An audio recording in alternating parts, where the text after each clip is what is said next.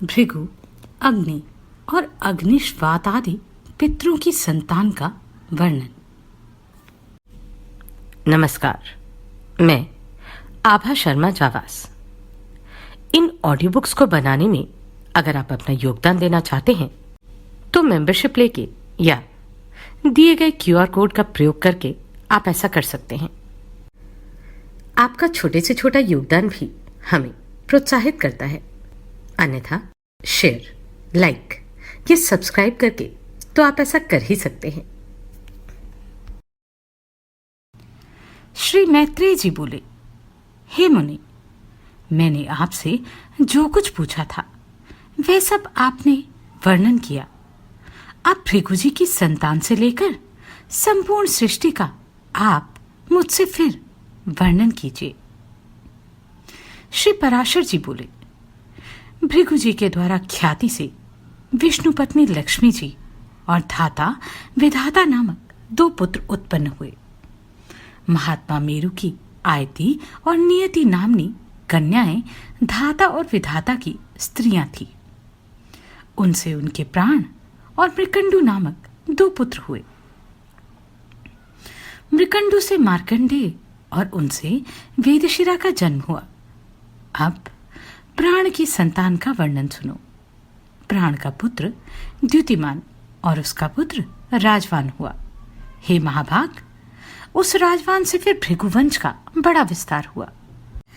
मरीचि की पत्नी संभूति ने पौर्णमास को उत्पन्न किया।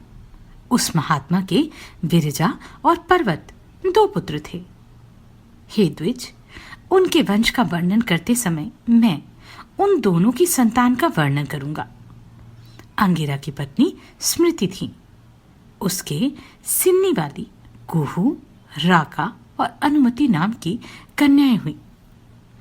अत्रि की भार्या अनुसूया ने चंद्रमा, दुर्वासा और योगी दत्तात्रेय इन निष्पाप पुत्रों को जन्म दिया। पुलस्त्य की स्त्री प्रीति से दत्तोली का जन्म हुआ, जो अपने पूर्व जन्म में स्वयंभुव मनवंतर में अगस्त्य कहा जाता था। प्रजापति पुलह की पत्नी क्षमा से कर्दम, उर्वरियान और सहिष्णु ये 3 पुत्र हुए। क्रतु की संतति नामक भार्या ने अंगूठे के पौरों के समान शरीर वाले तथा प्रखर सूर्य के समान तेजस्वी बाल खिल्य आदि 60,000 उधर्वरेता मुनियों को जन्म दिया। वशिष्ठ की ऊर्जा नामक स्त्री से रज, गौत्र, उधर्वबाहु, सवन, अनग, सुत्पा और शुक्र ये 7 पुत्र उत्पन्न हुए। ये निर्मल स्वभाव वाले समस्त मुनिगण तीसरे मनवंतर में सप्तऋषि हुए। हे द्विज, अग्नि का अभिमानी देव, जो ब्रह्मा जी का ज्येष्ठ पुत्र है, उसके द्वारा स्वाहा नामक पत्नी से अति तेजस्वी पावक, पवमान और जल को भक्षण करने वाला शुचि ये 3 पुत्र हुए। इन तीनों के प्रत्येक के 15-15 पुत्र के क्रम से 45 संतानें हुई। पिता अग्नि और उसके 3 पुत्रों को मिलाकर ये सब अग्नि ही कहलाते हैं। इस प्रकार कुल 49 अग्नि कहे गए हैं। हे द्विज, ब्रह्मादि द्वारा रचे गए जिन अनगनिक, अग्निश्वाता और साग्निक, बहरिषद आदि पितरों के विषय में तुमसे कहा था, उनके द्वारा स्वधा ने मैना और धारणी नामक 2 कन्याएं उत्पन्न की। वे दोनों ही उत्तम ज्ञान से संपन्न और सभी गुणों से युक्त ब्रह्मवादिनी तथा योगिनी थी। इस प्रकार यह दक्ष कन्याओं की वंश परंपरा का वर्णन किया। जो कोई श्रद्धापूर्वक इसका स्मरण करता है वह निसंतान नहीं रहता। श्री पराशर जी बोले, हे मैत्रेय, मैंने तुम्हें स्वयंभू मनु के प्रियव्रत एवं उत्तानपाद नामक 2 महाबलवान और धर्मज्ञ पुत्र बतलाए थे। हे ब्राह्मण, उनमें से उत्तानपाद की प्रेयसी पत्नी सुरुचि से पिता का अत्यंत लाडला उत्तम नामक पुत्र हुआ। हे द्विज, उस राजा की जो सुनीति नामक राजमहिषी थी, उसमें उसका विशेष प्रेम ना था। उसका पुत्र ध्रुव हुआ। एक दिन राज सिंहासन पर बैठे हुए पिता की गोद में अपने भाई उत्तम को बैठा देख ध्रुव की इच्छा भी गोद में बैठने की हुई, किंतु राजा ने अपनी प्रेयसी सुरुचि के सामने गोद में चढ़ने के लिए उत्कंठित होकर प्रेमवश आए हुए उस पुत्र का आदर नहीं किया। अपनी सौत के पुत्र को गोद में चढ़ने के लिए उत्सुक और अपने पुत्र को गोद में बैठा देख सुरुचि इस प्रकार कहने लगी, अरे लल्ला, बिना मेरे पेट से उत्पन्न हुए किसी अन्य स्त्री का पुत्र होकर भी तू व्यर्थ क्यों ऐसा बड़ा मनोरथ करता है? तू अविवेकी है, इसलिए ऐसी अलभ्य उत्तमोत्तम वस्तु की इच्छा करता है।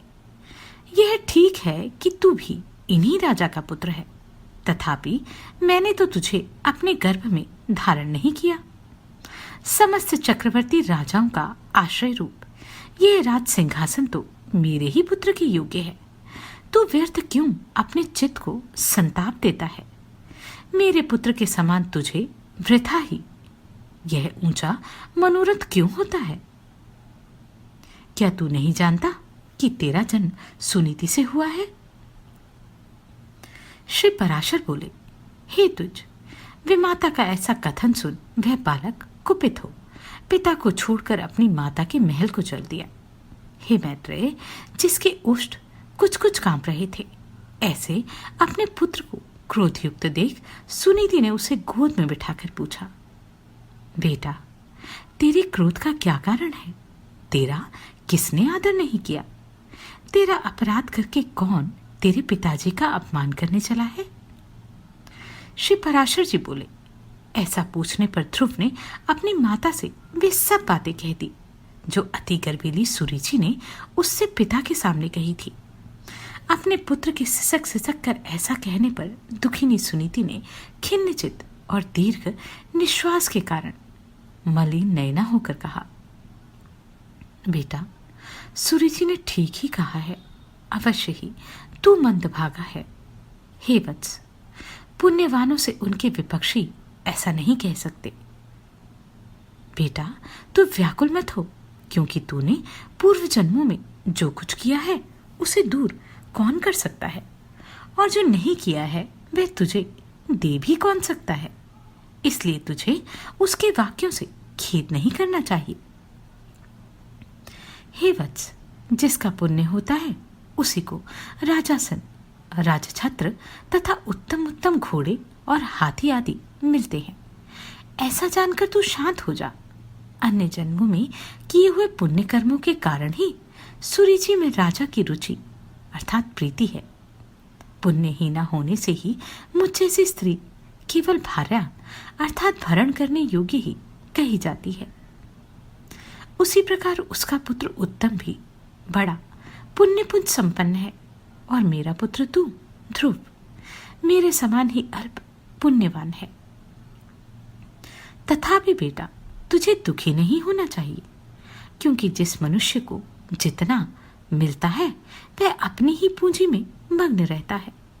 और यदि सुरुचि के वाक्यों से तुझे अत्यंत दुखी हुआ है तो सर्व फलदायक पुण्य के संग्रह करने का प्रयत्न कर। तू सुशील, पुण्यात्मा, प्रेमी और समस्त प्राणियों का हितैषी बन, क्योंकि जैसे नीची भूमि की ओर ढलकता हुआ जल अपने आप ही पात्र में आ जाता है, वैसे ही सत्पात्र मनुष्य के पास स्वतः ही समस्त संपत्तियां आ जाती हैं।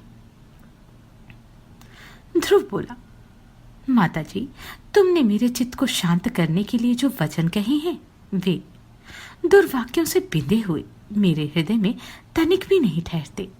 इसलिए मैं तो अब यही प्रयत्न करूंगा जिससे संपूर्ण लोगों से आदरणीय सर्वश्रेष्ठ पद को प्राप्त कर सकूं। राजा की प्रेयसी तो अवश्य सुरुचि ही है, और मैंने उसके उदर से जन्म नहीं लिया है। तथापि हे माता, अपने गर्भ में बड़े हुए मेरा प्रभाव भी तुम देखना। उत्तम, जिसको उसने अपने गर्भ में धारण किया है, मेरा भाई ही है।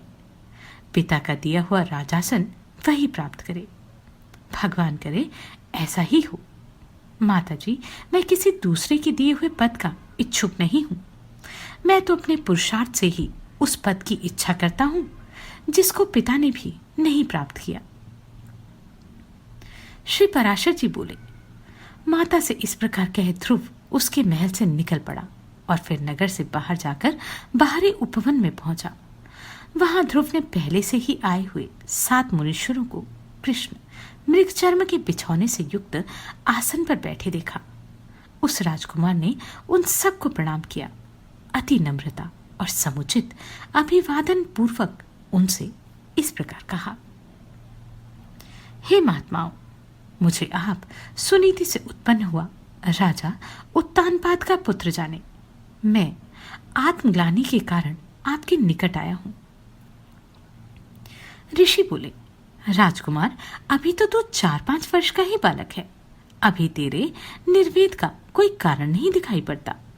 तुझे कोई चिंता का विषय भी नहीं है, क्योंकि अभी तेरा पिता राजा जीवित है।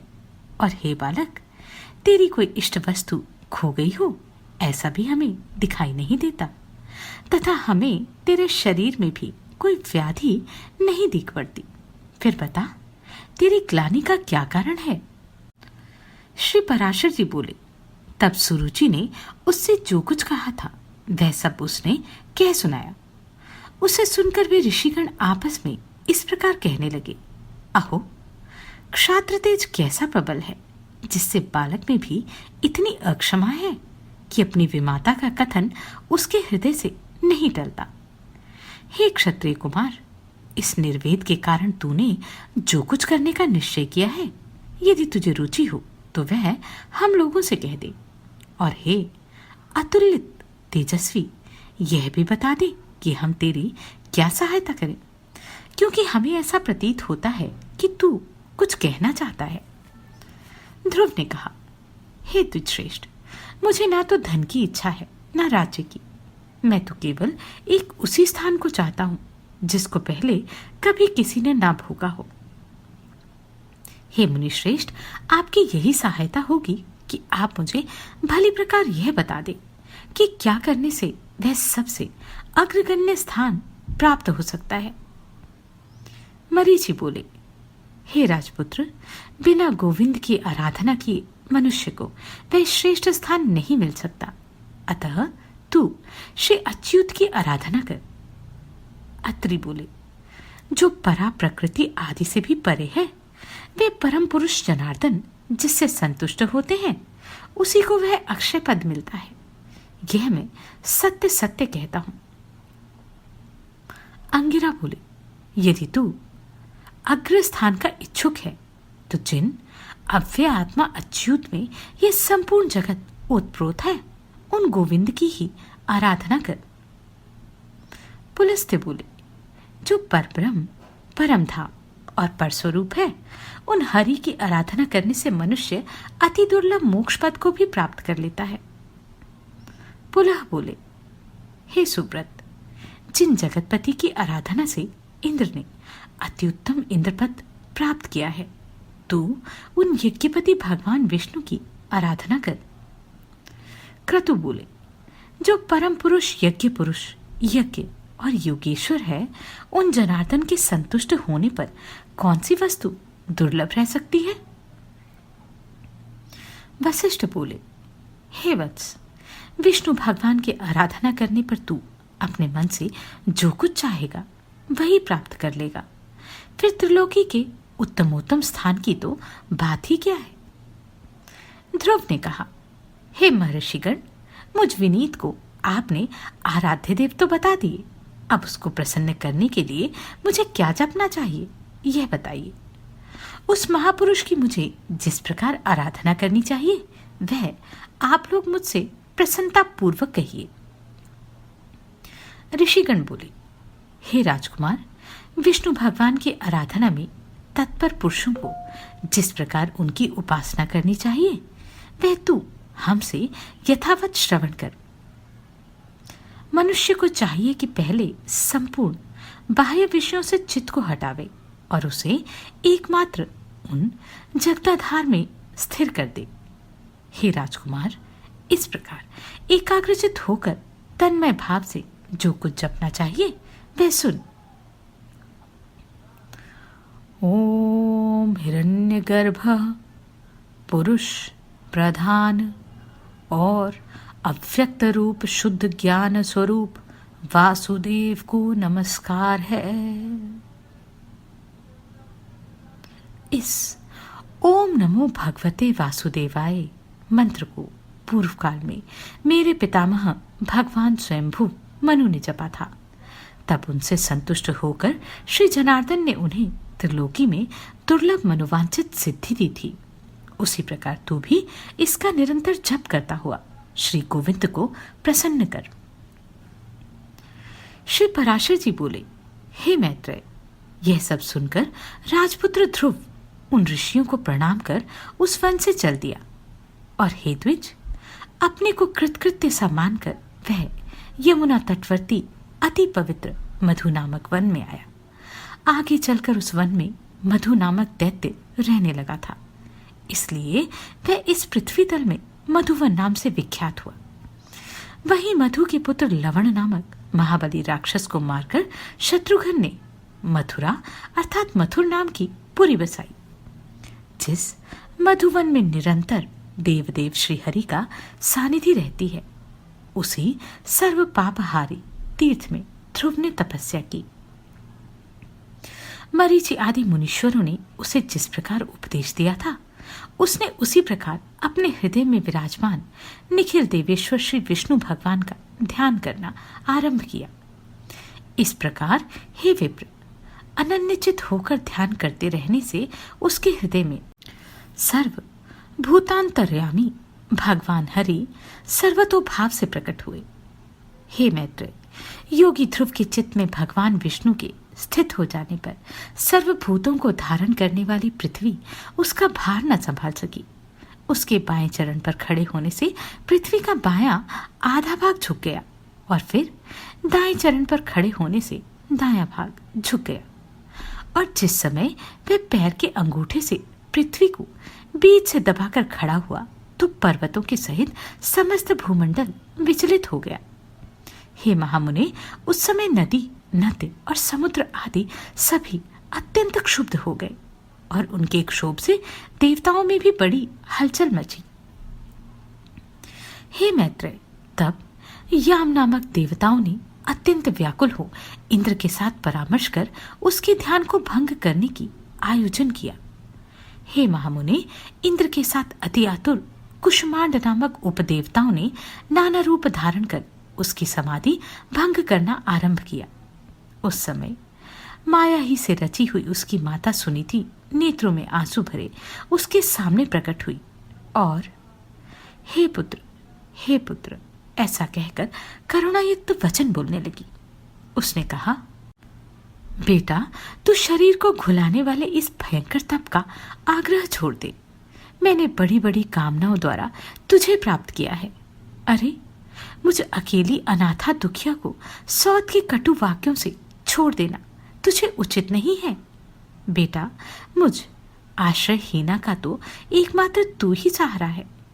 कहाँ तू 5 वर्ष का तू और कहाँ तेरा यह अति उग्र तप। अरे, इस निष्फल कलेशकारी आग्रह से अपना मन मोड़ ले। अभी तो तेरे खेलने कूदने का समय है, फिर अध्ययन का समय आएगा, तदनंतर समस्त भोगों के भोगने का और फिर अंत में तपस्या करना भी ठीक होगा। बेटा, तो सुकुमार बालक का जो खेल कूद का समय है उसी में तू तपस्या करना चाहता है। तू इस प्रकार क्यों अपने सर्वनाश में तत्पर हुआ है? तेरा परम धर्म तो मुझको प्रसन्न रखना ही है, अतः तू अपनी आयु और अवस्था के अनुकूल कर्मों में ही लग। मोह का अनुवर्तन ना कर और इस तपस्वी अधर्म से निवृत्त हो।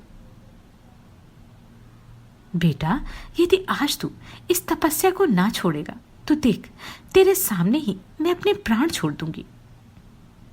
श्री पराशर जी बोले, हे मैत्रेय, भगवान विष्णु में चित्त स्थिर रखने के कारण ध्रुव ने उसे आंखों में आंसू भरकर इस प्रकार विलाप करती देखकर भी नहीं देखा।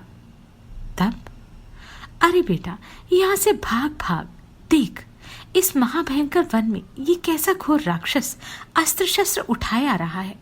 ऐसा कहती हुई वह चली गई और वहां जिनके मुख से अग्नि की लपटें निकल रही थी, ऐसे अनेकों राक्षसगण अस्त्र शस्त्र संभाले प्रकट हो गए। उन राक्षसों ने अपने अति चमकीले शस्त्रों को घुमाते हुए उस राजपुत्र के सामने बड़ा भयंकर कोलाहल किया। उस नित्य योग युक्त बालक को भयभीत करने के लिए अपने मुख से अग्नि की लपटें निकालते हुए सैकड़ों सयारियों घोर नाद करने लगी। वे राक्षसगण भी इसको मारो मारो, काटो काटो, खाओ खाओ, इस प्रकार चिल्लाने लगे। फिर सिंह, ऊंट और मकर आदि के से मुख वाले वे राक्षस राजपुत्र को त्राण देने के लिए नाना प्रकार से गर्जने लगे। किंतु उस भगवत दास सख्त चित्त बालक को वे राक्षस, उनके शब्द, स्यारियों और अस्त्र शस्त्र आदि कुछ भी दिखाई नहीं दिए। वह राजपुत्र एकाग्रचित्त से निरंतर अपने आश्रयभूत विष्णु भगवान को ही देखता रहा और उसने किसी की ओर किसी भी प्रकार दृष्टिपात नहीं किया। तब संपूर्ण माया के लीन हो जाने पर उससे हार जाने की आशंका से देवताओं को बड़ा भय हुआ।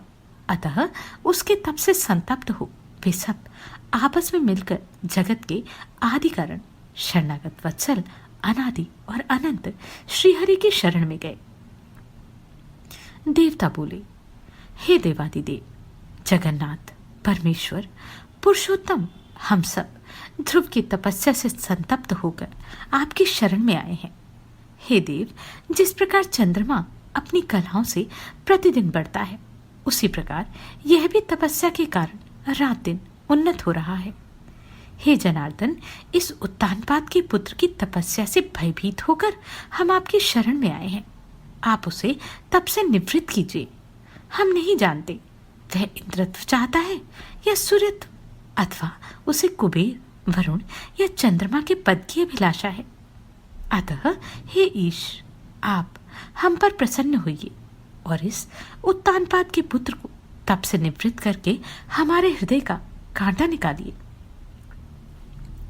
श्री भगवान बोले, हे सुरगण, उसे इंद्र, सूर्य, वरुण अथवा कुबेर आदि किसी के पद की अभिलाषा नहीं है। उसकी जो कुछ इच्छा है वह मैं सब पूर्ण करूंगा। हे देवगण, तुम निश्चिंत होकर इच्छानुसार अपने अपने स्थानों को जाओ। मैं तपस्या में लगे हुए बालक को निवृत्त करता हूं।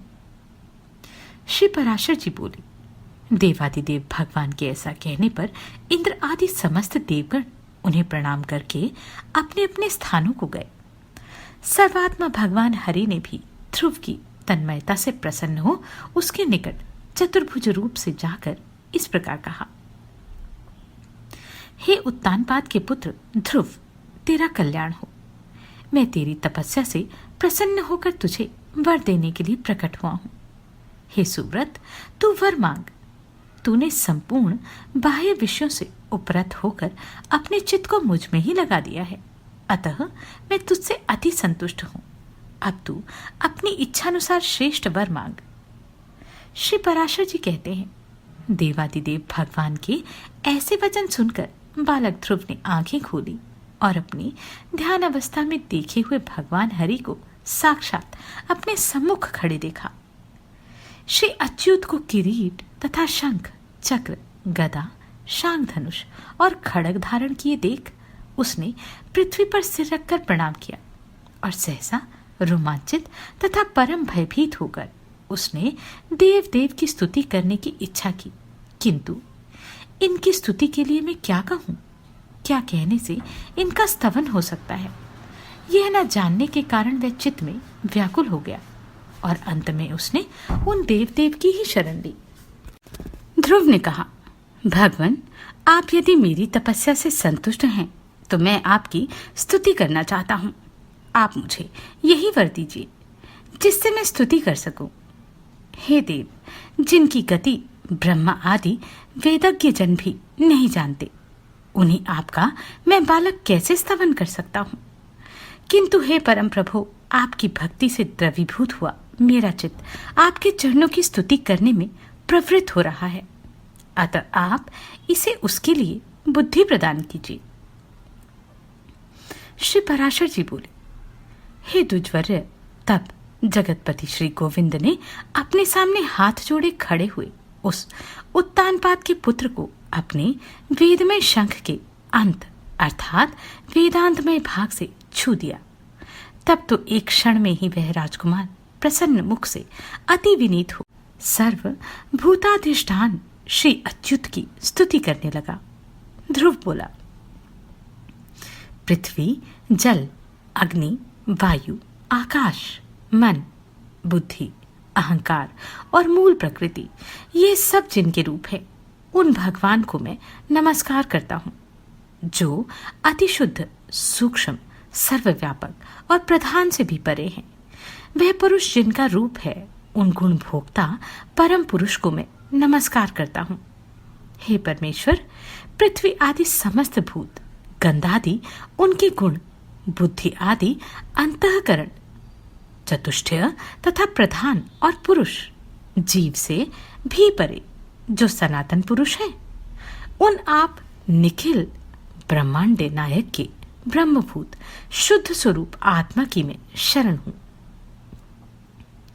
हे सर्वात्मन, हे योगियों की चिंतनीय, व्यापक और वर्धनशील होने के कारण आपका जो ब्रह्म नामक स्वरूप है, उस विकार रहित रूप को मैं नमस्कार करता हूं।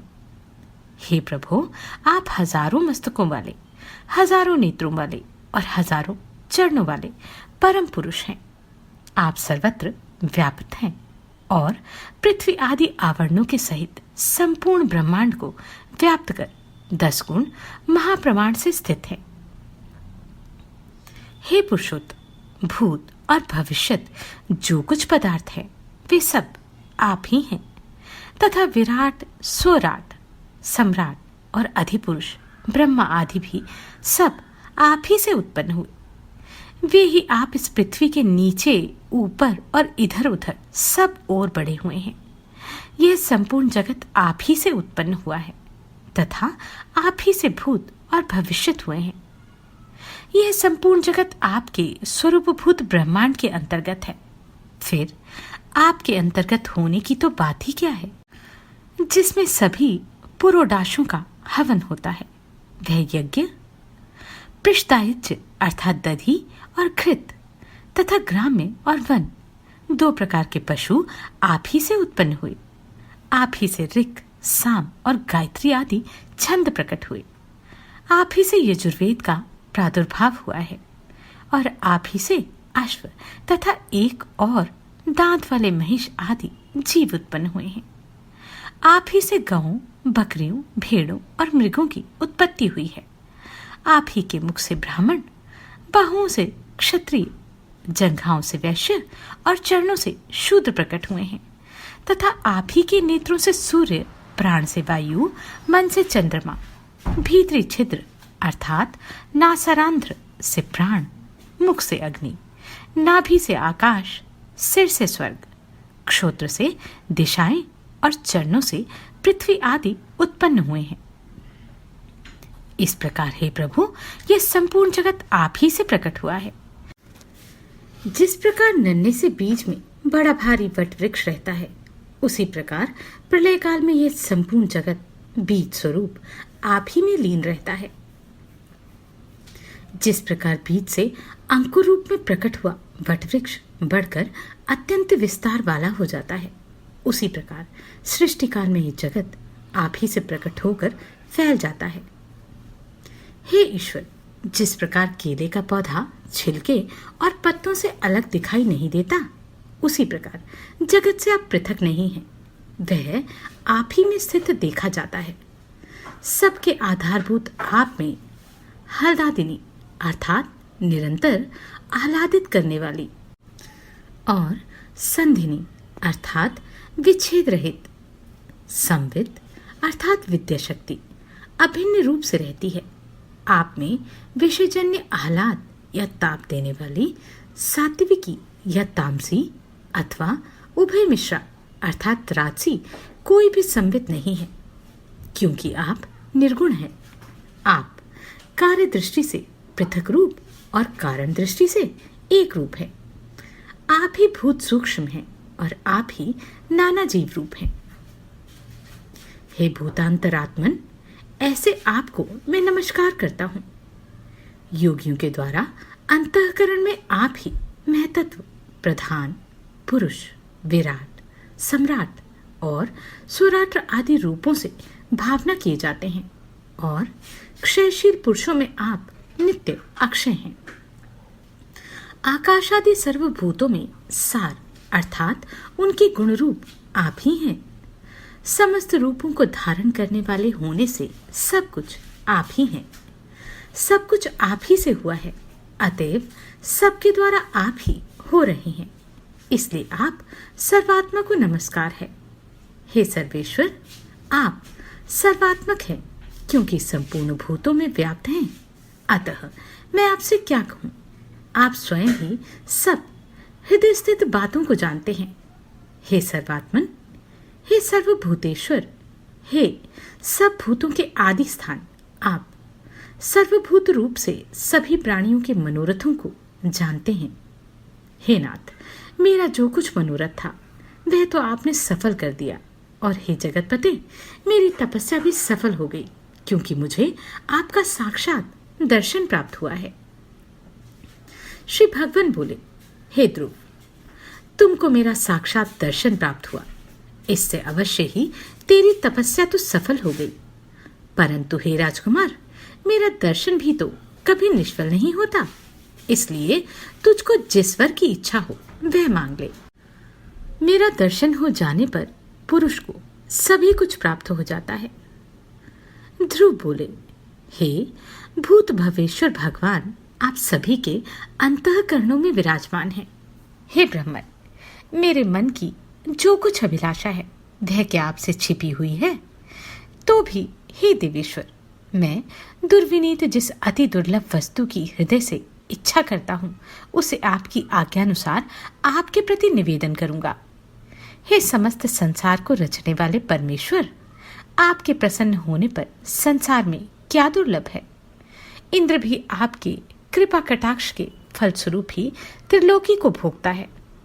प्रभु, मेरी सौतेली माता ने गर्व से अति बढ़ बढ़कर मुझसे यह कहा था कि जो मेरे उदर से उत्पन्न नहीं है उसके योग्य यह राजासन नहीं है। अतः हे प्रभु, आपके प्रसाद से मैं उस सर्वोत्तम एवं अव्यय स्थान को प्राप्त करना चाहता हूँ जो संपूर्ण विश्व का आधारभूत हो। श्री भगवान बोले, अरे बालक, तूने अपने पूर्व जन्म में भी मुझे संतुष्ट किया था, इसलिए तू जिस स्थान की इच्छा करता है उसे अवश्य प्राप्त करेगा। पूर्व जन्म में तू एक ब्राह्मण था और मुझ में निरंतर एकाग्रचित्त रहने वाला था। माता पिता का सेवक तथा स्वधर्म का पालन करने वाला था। कालांतर में एक राजपुत्र तेरा मित्र हो गया। वह अपनी युवावस्था में संपूर्ण भोगों से संपन्न और अति दर्शनीय रूप लावण्य युक्त था। उसके संग से उसके दुर्लभ वैभव को देखकर तेरी ऐसी इच्छा हुई कि मैं भी राजपुत्र हूँ। अतः हे ध्रुव, तुझको अपनी मनोवांछित राजपुत्रता प्राप्त हुई, और जिन स्वयंभव मनु के कुल में और किसी को स्थान मिलना अति दुर्लभ है, उन्हीं के घर में तूने उत्तानपाद के यहाँ जन्म लिया। अरे बालक, औरों के लिए यह स्थान कितना ही दुर्लभ हो, परंतु जिसने मुझे संतुष्ट किया है उसके लिए तो यह अत्यंत तुच्छ है। मेरी आराधना करने से तो मोक्ष पद भी तत्काल प्राप्त हो सकता है। फिर जिसका चित्त निरंतर मुझ में ही लगा हुआ है उसके लिए स्वर्ग आदि लोकों का तो कहना ही क्या। हे ध्रुव, मेरी कृपा से तू निस्संदेह उस स्थान में जो त्रिलोकी में सबसे उत्कृष्ट है, संपूर्ण ग्रह और तारामंडल का आश्रय होगा। हे ध्रुव, मैं तुझे वह ध्रुव निश्चल स्थान देता हूँ जो सूर्य, चंद्र, मंगल, बुध, बृहस्पति, शुक्र, शनि आदि ग्रहों, सभी नक्षत्रों, सप्त ऋषियों और संपूर्ण विमानचारी देवगणों से ऊपर है। देवताओं में से कोई तो केवल 4 युग तक और कोई 1 मनवंतर तक ही रहते हैं, किंतु तुझे मैं 1 कल्प तक की स्थिति देता हूँ। तेरी माता सुनीति भी अति स्वच्छ तारा रूप से उतने ही समय तक तेरे पास एक विमान पर निवास करेगी, और जो लोग समाहित चित्त से सायकाल और प्रातःकाल के समय तेरा गुण कीर्तन करेंगे उनका महान पुण्य होगा श्री पराशर जी बोले, हे महामते, इस प्रकार पूर्व काल में जगतपति देवादिदेव भगवान जनार्दन से वर पाकर ध्रुव उस अत्युत्तम स्थान में स्थित हुए। हे मुने, अपने माता पिता की धर्मपूर्वक सेवा करने से तथा द्वादशाक्षर मंत्र के महात्म्य से और तप के प्रभाव से उनके मान, वैभव एवं प्रभाव की वृद्धि देखकर देव और असुरों के आचार्य शुक्रदेव ने ये श्लोक कहे हैं। अहो, इस ध्रुव के तप का कैसा प्रभाव है! अहो, इसकी तपस्या का कैसा अद्भुत फल है, जो इस ध्रुव को ही आगे रखकर सप्तऋषिगण स्थित हो रहे हैं। इसकी यह सुनीति नाम वाली माता भी अवश्य ही सत्य और हितकर वचन बोलने वाली है। संसार में ऐसा कौन है जो इसकी महिमा का वर्णन कर सके? जिसने अपनी कोख में इस ध्रुव को धारण करके त्रिलोकी का आश्रयभूत अति उत्तम स्थान प्राप्त कर लिया, जो भविष्य में भी स्थिर रहने वाला है। जो व्यक्ति ध्रुव के इस दिव्यलोक प्राप्ति के प्रसंग का कीर्तन करता है, वह सब पापों से मुक्त होकर स्वर्गलोक में पूजित होता है। वह स्वर्ग में रहे अथवा पृथ्वी में कभी अपने स्थान से च्युत नहीं होता तथा समस्त मंगलों से भरपूर रहकर बहुत काल तक जीवित रहता है। आप सभी को कोटि कोटि साधुवाद। आपने इन वीडियोस को इतना प्रेम दिया।